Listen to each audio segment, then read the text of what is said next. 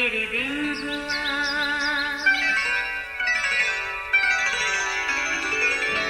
نیا پھر دن ہوا، پرانی رات کا کرے سو شکر ہم خدا کی ذات کا، خدا کی ذات کا نیا پھر دن ہوا۔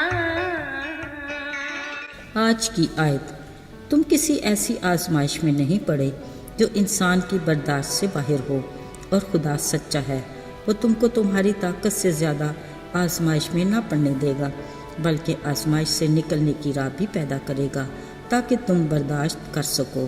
پہلا کرنتھیوں 10:13 آیت۔ عزیزو، ایک سوال ہے، ہماری زندگی کیا ہے؟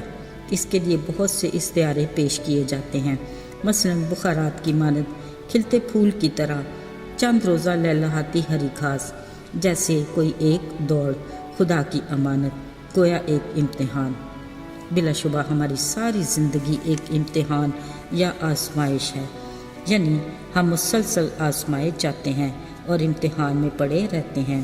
یاد رہے، خالق خدا ہر لمحے دیکھتا ہے کہ ہم دوسرے لوگوں کے ساتھ کس طرح پیش آتے ہیں۔ مسائل، کامیابی، کشمکش، بیماری، مایوسی، یہاں تک کہ موسم کے بارے میں بھی ہمارا کیا رد عمل ہوتا ہے۔ یوں سمجھ لے وہ ہمارے معمولی سے معمولی فعل یا حرکت پر بھی نظر رکھتا ہے۔ عزیزو، آج ایک بڑے ہاسپٹل میں آپریشن ڈے تھا۔ ایک بچہ آپریشن تھیٹر میں پڑا تھا، اس کے ساتھ آئے رشتہ دار باہر ڈاکٹر کا انتظار کر رہے تھے۔ ان کا ایک پل بھی گزرنا مشکل تھا، اب کئی پل کیا گھنٹے بھی گزر گئے، مگر ڈاکٹر کا دور تک بھی کوئی اتا پتہ نہیں تھا۔ تھک ہار کے بچے کے رشتہ دار ڈاکٹر کو کوسنے لگے۔ اچانک ڈاکٹر صاحب نمودار ہوئے، وہ تو جیسے ہوا کے گھوڑے پر سوار تھے۔ پاس سے گزرے تو ڈاکٹر صاحب کو دیکھ کر ان کا انتظار کرنے والے کھڑے لوگ خوب باتیں سنانے لگے، برا بھلا کہا، مگر ڈاکٹر صاحب نے صرف ایک نظر سب کو دیکھا اور بنا جواب دیے تھیٹر روم میں چلے گئے۔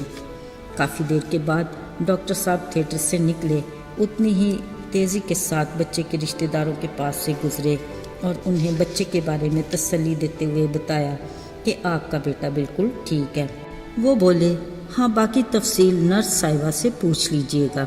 عزیزو، ڈاکٹر صاحب جس ہوا کے گھوڑے پر آئے تھے اسی پر واپس چلے گئے، مگر نرس نے جو بچے کے رشتہ داروں کو بتایا وہ سب ڈاکٹر صاحب کے بارے میں کہی باتوں اور اپنے رویے پر بے حد پشیمان تھے۔ پتہ چلا آج صبح ہی ڈاکٹر صاحب کے بچے کا ایکسیڈنٹ ہوا اور وہ زندگی سے ہاتھ دھو بیٹھا تھا، مگر چونکہ ان کی ہاسپٹل میں ذمہ داری تھی اس لیے وہ چلے آئے۔ یاد رہے، امتحان یا آزمائش سے کردار پختہ ہوتا ہے اور یہ بھی پتہ چلتا ہے کہ دوسرا کس قسم کے کردار کا مالک اور کیسی شخصیت رکھتا ہے۔ کلام مقدس کے مطابق خدا اپنے لوگوں کے کردار، ایمان، عقیدے، فرمانبرداری، محبت اور وفاداری کا امتحان لیتا ہے۔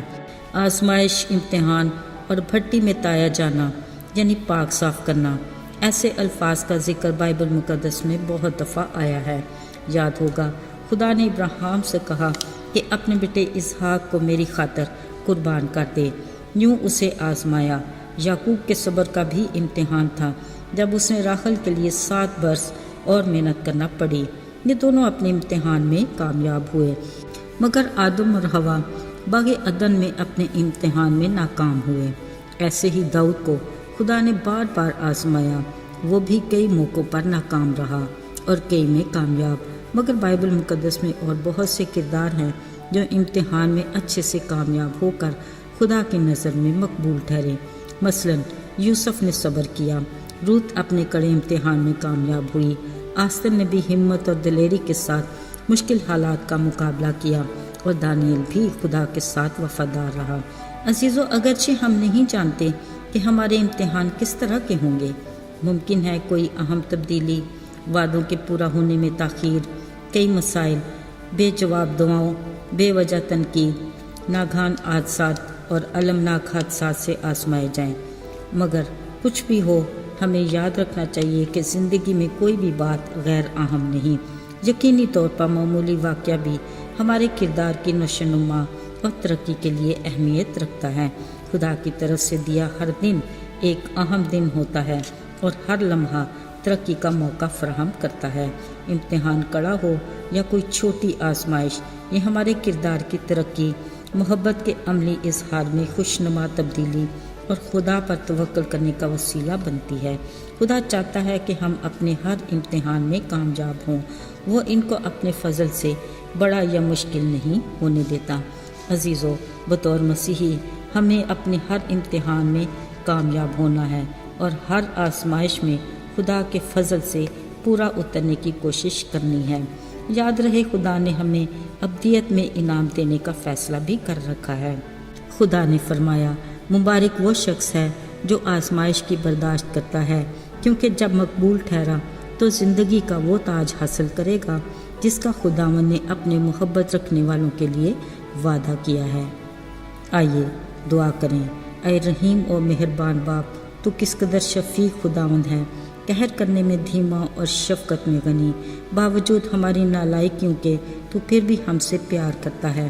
تو بھلا ہے، اس لیے ہمارے لیے بھلائی ہی سوچتا ہے۔ ہم اپنی کمزوریوں کا اقرار کرتے ہیں اور تیری قربت کے طلبگار ہیں۔